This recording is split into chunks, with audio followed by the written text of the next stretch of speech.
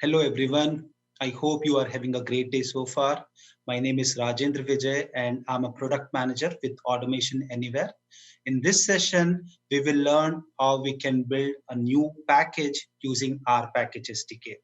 Get started with the agenda. So we will first take a look at the Package SDK scope, what all is possible using A2019 Package SDK.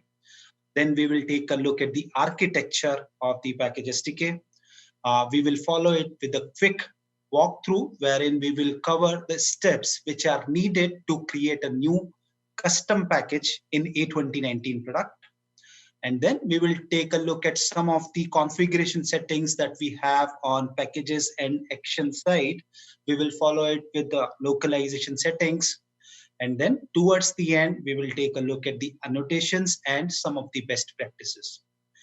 With this, I'll get started on the SDK scope.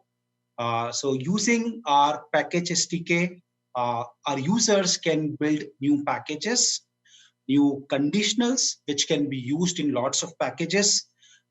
They can also create new iterators, which can be used in loop package, for example. Then they can also create new triggers, new variable types also. Since we will be spending a lot of time talking about packages and actions, I wanted to take a minute to explain what they are in simple terms. So if you look on the screen, on the left-hand side, we have, in the bot editor, we have packages. You can see inside the red box. In the version 10 and version 11 of our product, these were called commands. And on the right-hand side of your screen, once you expand any of the packages, you will see actions. So inside those, inside that red box, you have all of these actions. In version 10 and version 11 of our product, these were called subcommands. With this defined, let's move on and take a look at the plugin architecture of Package SDK. So with A2019, all of these packages are a part of the architecture in the form of a plugin. So if you have to update any of the packages, you do not really have to update the entire product. Your core bot runner foundation remains as is, and it is very easy for you to just upgrade one package. What this means is all the costs that you take in upgrading the foundation, that is saved. So it results in lower total cost of ownership, and overall maintenance cost is also very less because of your core bot runner foundation is not upgraded on a regular basis. We will move on. So if you want to build a new package, these are some of the things that you need on your side. Very first thing, JDK version 11 that you need. Then you need an IDE of your choice. It could be IntelliJ, it could be Eclipse, it could be anything else that you prefer. Then you need a Gradle plugin. 5.x version is what we prefer. Then you need Automation Anywhere Package SDK so that you can build your new packages, new actions, new conditionals or iterators, triggers, variables, etc. And then finally, whatever you have built, you want to test it. So you need Automation Anywhere bot agent. With that, I'll show you how it looks. So you can go to our docs portal, docs.automationanywhere.com, and you can search for Package SDK and just download this zip file. And then when you extract it, this is what you get on your machine. So you get ready-made documentation, Gradle dependencies, libraries, and all. Once you expand libraries, this is what you see. So you have all of your runtime libraries, dependencies, your I18 APIs, your logger, etc. Everything is available. Now, this is the most interesting part of today's session. How do we build a custom package? So let's take a look at the steps that are needed. So first and foremost, you download the Package SDK from our docs portal. Then you configure the package. You can configure that this is what I want to call the package. This is how I want to describe the package. These are the other properties of the package. Once you have done that, you can create a new action class. In that action class, you can again define the properties such as what is the label of the action, what is the description of the action, so on and so forth. And then you can also externalize and internationalize the UI labels or the exception messages that you are going to use inside your action. Finally, we will also take a look at how do we integrate unit test cases and integration test cases inside the IDE only. And once all this is done, we will build it. We are going to get a package jar file, which we will import inside A2019 system. Once it is imported, we will use it to build new bots. So with that, let's go to my IDE. So I have IntelliJ on my side. This is how it looks like. Once I've imported my package SDK, I'm going to go to first settings.gradle. So this is the setting file where I can just go and update the name of the root project that I see. I will call it imagine underscore demo underscore A2019 demo package. So this will be the name of the jar file which will get generated. I'll save it. And then I will go to package template wherein I will configure some of the properties of the package. So again, the new package that I'm going to get, I'm going to give it this name. Imagine A2019 demo package. And as you can see, I can also give label and description. These values are surrounded by square brackets. What this means is it is possible for me to localize these values so that when a user is seeing from say US, they will see the English labels. When a user is seeing from say Japan, they will see labels in Japanese. And how do they do that? Through the locales, we have this file in which we can give the values for each of those strings. So for example, label, I can call that package, say again, imagine underscore demo underscore A2019 demo package. And I can change the description also. So I will just say imagine. And then similarly, I can give values for other stuff. And then if I have to do it for say Japanese, I can come to the corresponding file and I can change the values for a Japanese user. So whatever is shown here, that will be displayed to a Japanese user, right? Once we have done that, here is a file build.gradle in which I declare all of the dependencies which I'm going to use in my action class, which I'll cover in some time. So you can see this is the section where I'll update the dependencies file. And now let me go to the class. So I'll go to my action class. So this is the action class concatenate. Here I have a very simple action that I'm going to create. This action accepts two strings from a user, say string 1 and string 2, concatenates those two strings and return the output, return the concatenated string back to the user.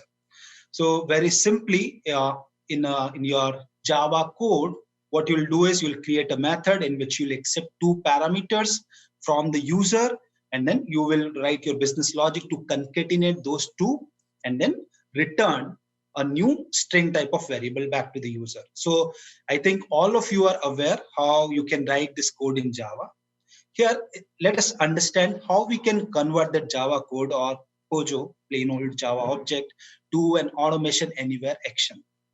There are a couple of steps. First of all, at the class level, you have to use these annotations, what command annotation you have to use at the class level, which will make this class eligible to be considered as an action. What command annotation. Then you have to use command package annotation, this one, so that this particular action becomes a part of the package.json file, which is nothing but a manifest file which lists all of the properties for a given package. So these two annotations you are using at the class level. Then there are annotations which you will use at the method level. For example, execute, that you will use. This is used to describe the entry point inside a given class So you have execute, and once your method is also annotated, you take a look at the variables, and then you will annotate them using IDX and PKG. So for example, in this case, you are accepting two values.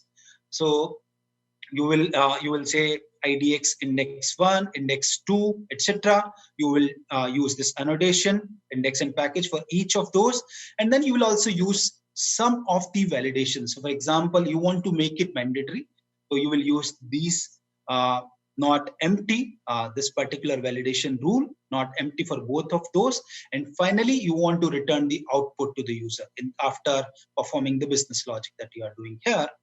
And let us also take a look at how you can externalize or internationalize the exception message. You can do it like this. So inside the resources uh, folder, you saw this here in the resource bundle. You can change the values in the message.properties for everything that you are externalizing or internationalizing. For example, for English, this is the exception message that I want to show. For Japanese, this is the message I want to show to the user, right? Let's come back to the class. This is all. And then you can also see that at the action level, I'm giving the name of the action right here.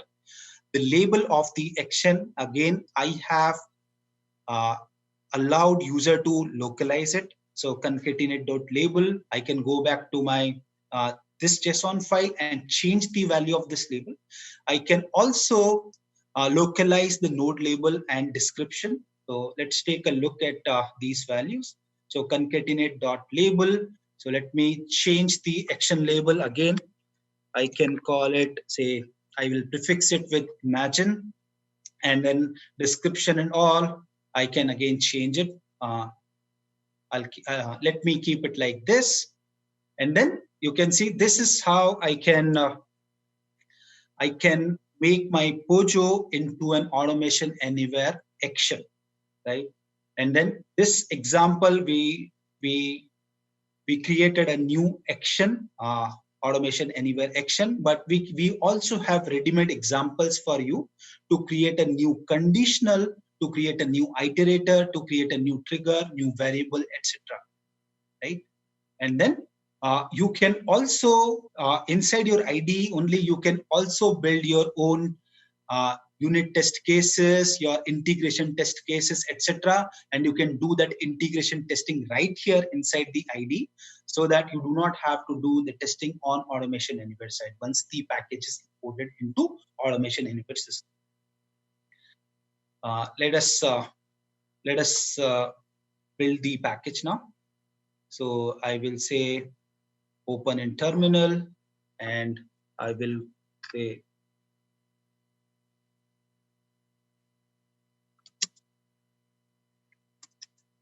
Gradle.add clean build shadow jar.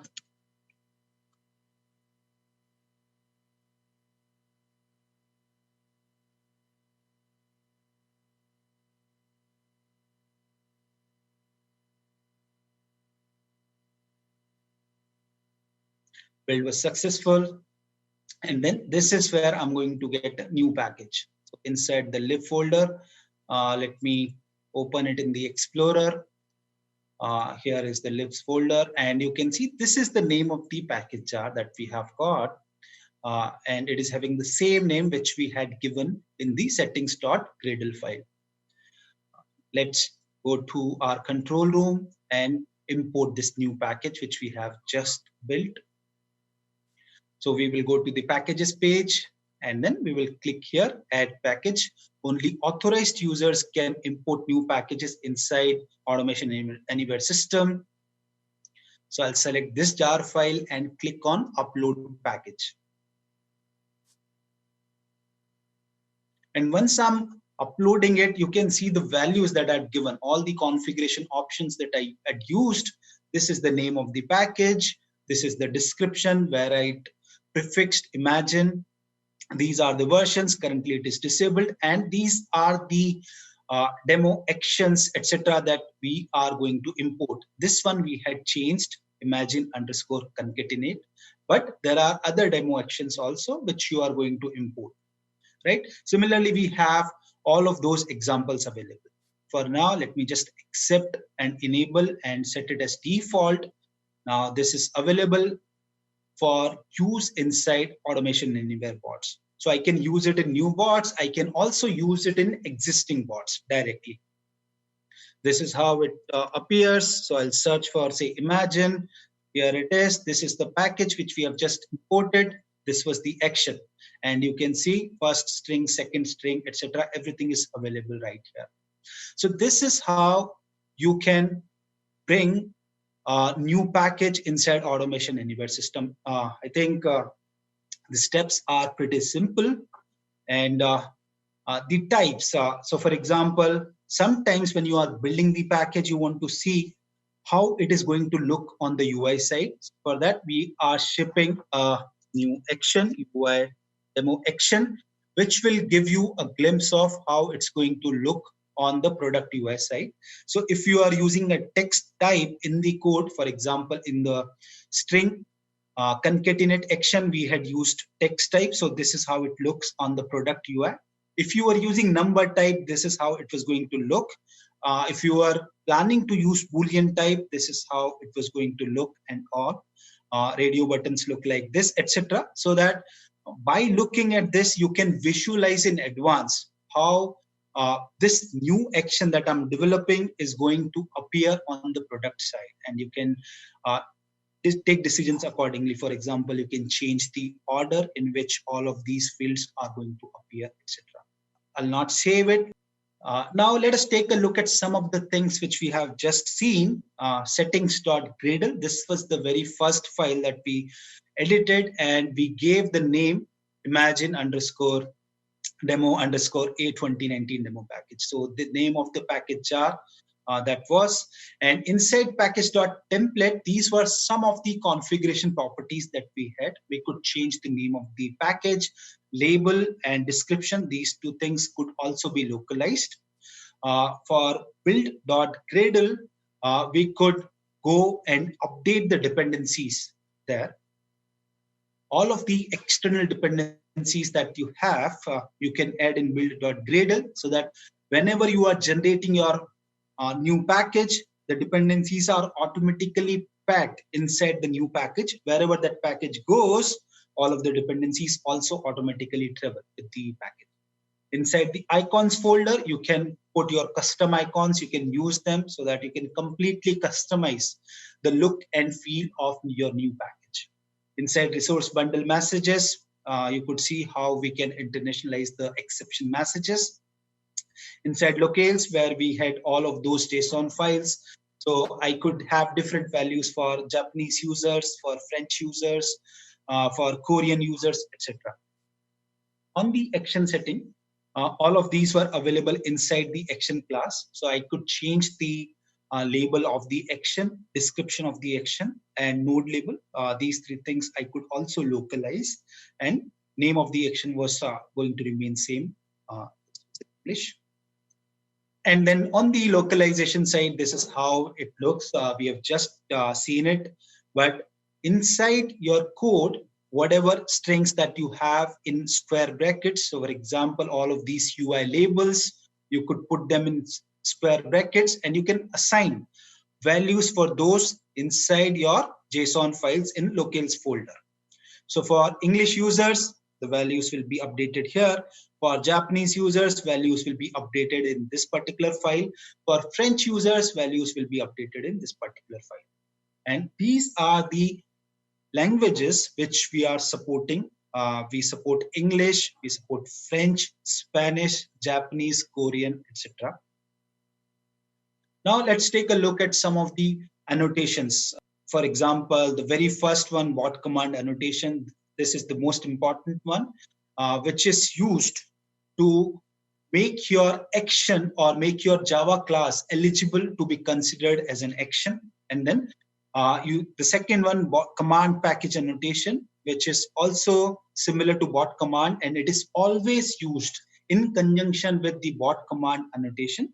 This particular annotation, command package annotation, will make the action eligible to appear in the package.json file in the manifest file. And similarly, you have all of these other annotations. You can take a look at those things in the documentation. This is the screenshot from the docs folder of Package SDK, which is available on the local machine of the user who has downloaded the SDK. So all of that information is available.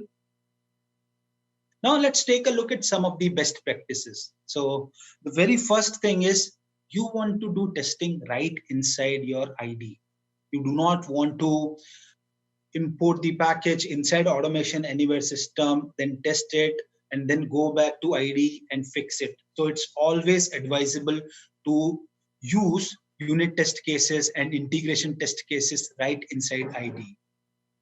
Then for basic validations, we ship some of the validation rules such as empty, not empty, equals, greater than, less than, etc. So it is always advisable to use those validation rules instead of writing your own rules. Third thing is, in terms of the dependency management, you should embed all of the dependencies inside your package jar, and you can use your build.gradle file where you declare everything so that all of your dependencies are a part of the jar. When the bot is running, you can unpack those dependencies at a temporary location. Once bot has finished running, you can delete those. And you should go for clean build so that you do not run into any conflicts that you have. On the logging side, we are shipping our default log4j logger. So it is always advisable to use this one instead of writing your own logger.